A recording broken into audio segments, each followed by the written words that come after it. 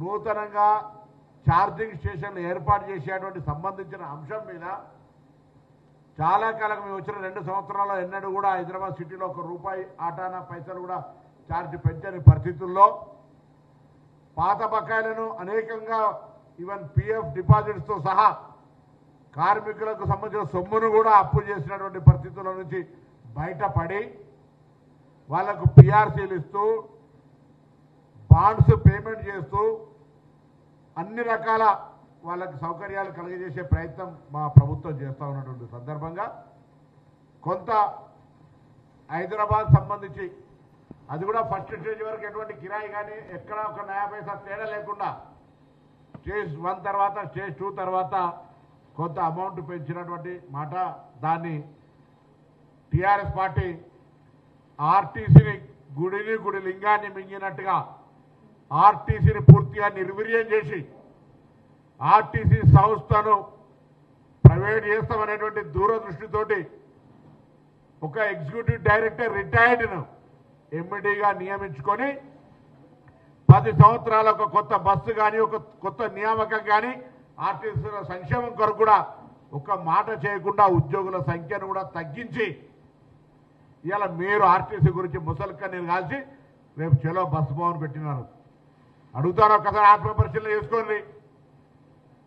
TRS party నాయకులారా, తెలంగాణ ప్రభుత్వం ఉన్నప్పుడు ఆర్టీసీ కార్మికుల స్థితి, ఆత్మహత్యలు చేసుకున్న పరిస్థితి, వాళ్ళ మీద మీరు పెట్టిన కేసులు, అన్నమో రామచంద్రని 65 రోజులు సమ్మె చేస్తే పట్టించుకున్నటువంటి విధానం, ఆనాడు ఉన్నటువంటి హైకోర్టు చీఫ్ జస్టిస్ చౌహాన్ గారు ముఖ్యమంత్రికి ప్రత్యేకంగా చెప్పి ఆర్టీసీ కార్మికులకు నష్టం చేస్తే బాగుండదని అనేక సందర్భాల్లో చెప్పినటువంటి సీఎం కేసీఆర్ గారి స్టేట్మెంట్ సాక్ష్యం ఉంటే ఆనాడు కూడా వీళ్ళు అనేకమైన ఛార్జీల పెంపు చేసినటువంటి పాత ఇవన్నీ ఉంటే ఇవాళ ఇది పెద్ద మేము తెలంగాణ రాష్ట్ర ప్రభుత్వం మీ మీద ఆర్టీసీని ప్రజలను దోపిడీ చేస్తున్నట్టు మాట్లాడుతూ ఉన్నారు. ఇది మీరు ఒకసారి ఆలోచన చేయమని చెప్పి కోరుతా ఉన్నా. హైదరాబాద్ జంట నగరాల ప్రజలకు విజ్ఞప్తి చేస్తున్నాం. ఈరోజు ఆర్టీసీ ఇన్ఫ్రాస్ట్రక్చర్ స్పేస్ మీద రాబోయే 2800 ఈవీ బస్సులకు సంబంధించి ఒక ఛార్జింగ్ స్టేషన్లను బస్ డిపోలు ఏర్పాటు చేయడం, దీని మీద కూడా రాద్ధాంతం చేస్తారు. ఇప్పుడు 500 జేబీఎం 500 ఎలక్ట్రోకు సంబంధించిన ఈవీ బస్సుల అగ్రిమెంట్ అప్పుడే జరిగింది. దాని ప్రకారంగా కొన్ని బస్ స్టాండ్లల్లో బస్ డిపోలల్లో ఈవీ స్టేషన్లు ఏర్పాటు చేస్తుంటే అయ్యో ఎటు పోతుంది అని మాట్లాడుతూ ఉన్నారు. మారుతున్న కాలానికి అనుగుణంగా ఆర్టీసీ కొత్త బస్సులు కొంటూనే ప్రయాణికుల సంఖ్య లక్షల సంఖ్యలో పెరిగినటువంటి పరిస్థితులలో, ఆక్యుపెన్సీ రేటు పెరిగిన పరిస్థితులలో పబ్లిక్ డిమాండ్ ఇవాళ ఎమ్మెల్యేస్ గతంలో బస్సు వేయమని అడిగే పరిస్థితి లేకుంటే ఇవాళ ఆర్టీసీ బస్సులు వేయమని డిమాండ్ చేస్తున్న పరిస్థితులలో పాడుగోని పేరు బస్టాండ్లకు సంబంధించి ఇప్పటికే గతంలో 200 కోట్లు, మళ్ళా నిన్న ఒక వారం 15 రోజుల కింద 100 కోట్ల పైన మరి నిధులు కేటాయించి బస్టాండ్లతో సహా అన్నింటినీ పునర్వ్యవస్థీకరించే సందర్భంగా జరుగుతున్నటువంటి పరిణామం తప్ప ప్రజల మీద భారం మోపాలని కాదు. దీన్ని టీఆర్ఎస్ పార్టీ రాజకీయంగా చేస్తుంది, ఆలోచన చేయాలి. ఆనాడు ఆర్టీసీ సమ్మె చేసే సందర్భంలో 48,000 మంది ఒక్క వెయిటర్ వచ్చేసిన స్టేట్మెంట్ కేసీఆర్ది. ఎవరిని డ్యూటీలోకి తీసుకోమని బెదిరించి రక్తం దాగి అనేక మంది చావుకు కారణమైనటువంటి వాళ్ళు ఇలా ముసలి కన్నీరు గారుస్తూ ఉన్నారు. చూడండి, 2 ఆర్టీసీ కార్మికుల బలిదానం.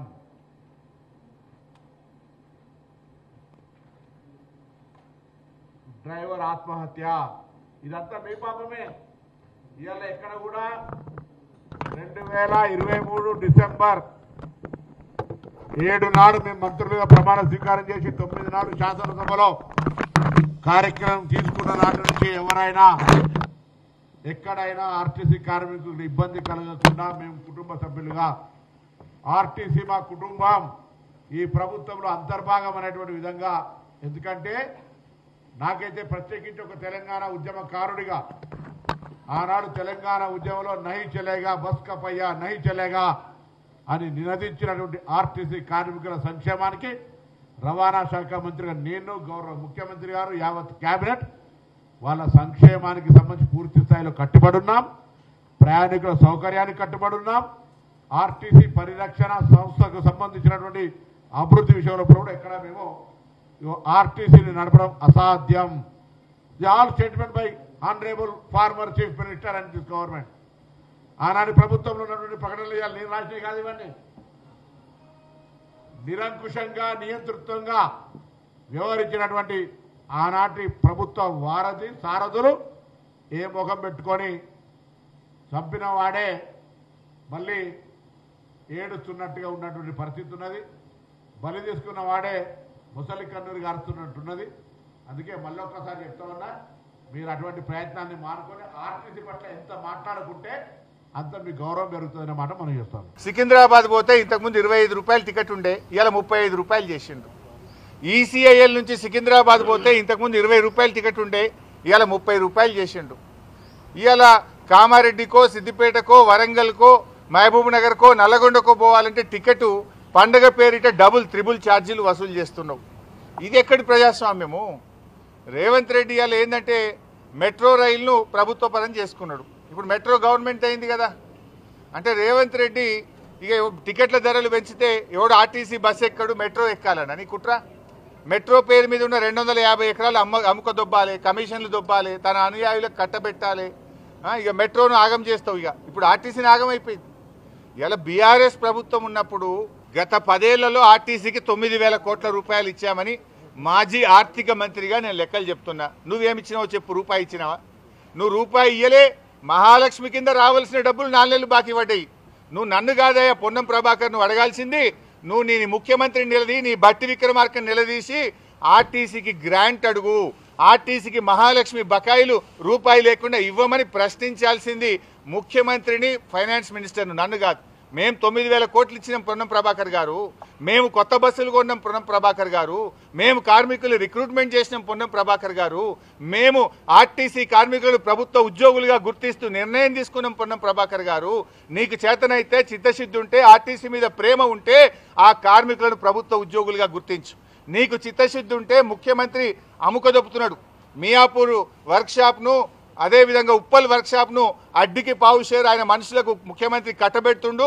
నీకు కార్మికుల మీద ఆర్టీసీ మంత్రిగా ప్రేమ ఉంటే ఆ వర్క్షాప్ల ప్రైవేటీకరణ ఆపాలి పొన్నం ప్రభాకర్. ఇంకెంత వేస్తావు నాయన? ఇప్పటికీ 5 సార్లు పెంచినావు. ఏదో ఒక ముసుగు, రౌండ్ ఫిగర్ అని ఒకసారి, టోల్ గేట్ అని ఒకసారి, పండుగలని ఒకసారి, బస్ పాస్లని ఒకసారి, సిటీ బస్సులని ఒకసారి, ఎలక్ట్రిక్ బస్సులని సర్ఛార్జ్ అని ఒకసారి. ఎన్నిసార్లు వేస్తావు? వెనకట 3 పైసలు 5 పైసలు వేస్తేనే పెద్ద పోరాటాలు జరిగేది. నువ్వు ఒకటేసారి డబుల్ చేస్తున్నావు. అంటే ఇదేందా? మహిళలకు ఫ్రీ అంటావు, పిల్లల బస్ పాస్ల మీద మగవాళ్ళ మీద డబుల్ వసూలు చేసి ఇదేం ఫ్రీ? ఇంటి సంసారంలో ఉండే పైసలు గవ్వే కదా. ఈ చేయితో ఇస్తున్నావు, ఆ చేయితో గుంజుతున్నావు. తేడా ఏమున్నది? ఎడమ చేయితో ఇచ్చినావు, కుడి చేయితో గుంజుతున్నావు. ఆర్టీసీ ఛార్జీలు తగ్గేదాకా ప్రజల పక్షాన బీఆర్ఎస్ పోరాడుతూనే ఉంటుంది. వివిధ రూపాల్లో నిరసన కార్యక్రమాలు రూపొందిస్తాం. ఈరోజు ఆర్టీసీ బస్ ఎక్కే, ఆర్టీసీలో ప్రయాణించే ప్రయాణికుల మనోభావాలు కనుక్కుంటాం. ఆర్టీసీ ఎండీని కలిసి తగ్గించమని ప్రజాస్వామ్యయుతంగా కోరుతాం. ప్రభుత్వం దిగి రాకపోతే ప్రజా ఉద్యమాలను మరింత బలోపేతం చేస్తాం, ఉధృతం చేస్తాం.